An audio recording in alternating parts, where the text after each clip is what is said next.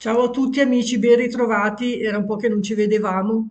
Come state? State tutti bene? Fatemelo sapere nei commenti. Questo video parte un po' in ritardo, ma volevo commentare con voi le mie letture. Poi fatemi sapere se conoscevate questi libri, se li avete letti e cosa ne pensate. Cominciamo.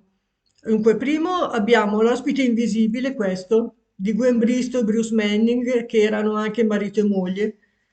Questa raccolta di Polillo e Bassotti è una collezione di libri introvabili delle vecchie edizioni che sono scomparse dai cataloghi.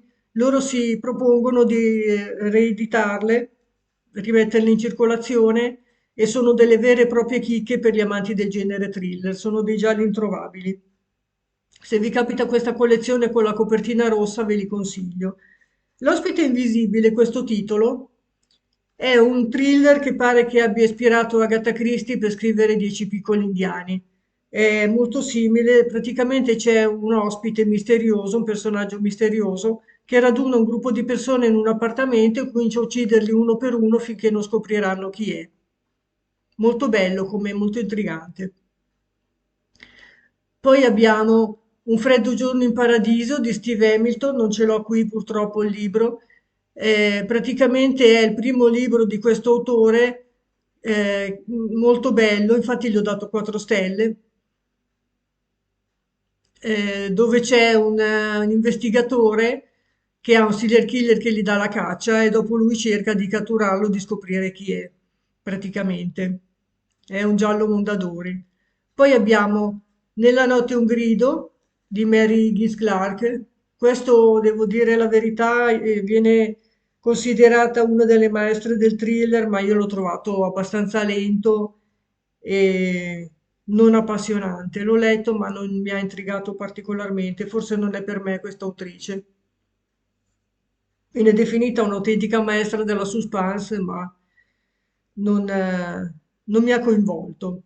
Ecco, gli ho dato 3 stelle. È un bel libro se vi piace il genere, per passare qualche bella serata con una lettura piacevole, ma non è un giallo appassionante. Ecco, Nella notte un grido di Mary Higgins Clark, 3 stelle. Poi abbiamo sempre di Mary Higgins Clark, Domani vincerò, ehm, che sono delle storie raggelanti unite tra loro da un macabro filo rosso di sangue e da Elvira Mian, una giornalista di costume e detective dilettante, ambientato a New York. Anche questo, come l'altro, non ha ritmo, non mi prende.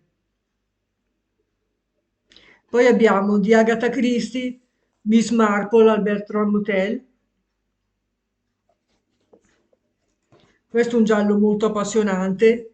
Se vi piace la Agatha Christie ve lo consiglio.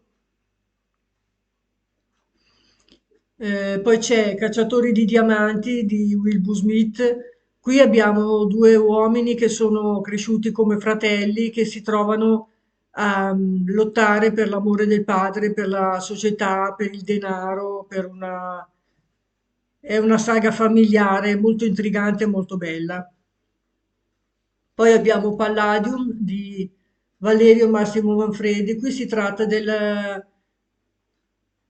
tracce del mitico Palladio, la più sacra statua della dea Atena, il giovane storico, insegue dalla Turchia alle sponde del Tirreno indizi vecchi di secoli. È un thriller basato sulla ricerca di questa reliquia preziosissima, praticamente. Poi abbiamo Poirot si annoia, sempre di Agatha Christie, qui è protagonista il noto investigatore belga che appunto annoiandosi accetta un caso che gli viene proposto dalla sorella della sua segretaria, la quale lavora in una studentato, un pensionato per studenti, dove avvengono delle cose di piccolo conto, tipo dei piccoli scherzi, dei furti, cose di questo genere. Poirot, che non ha niente da fare, decide di indagare, anche se il caso sembra niente di particolare, e invece poi si rivelerà una cosa molto più grossa, molto più importante. Un giallo che vi consiglio di Agatha Christie, molto bello come sempre. Bene amici, per oggi questo primo video è terminato. Vi ricordo di mettere like se vi piace, commentare e iscrivervi al canale se ancora non l'avete fatto. Per voi non è niente, ma per me è molto importante. Vi saluto e vi abbraccio tutti. Al prossimo video. Ciao.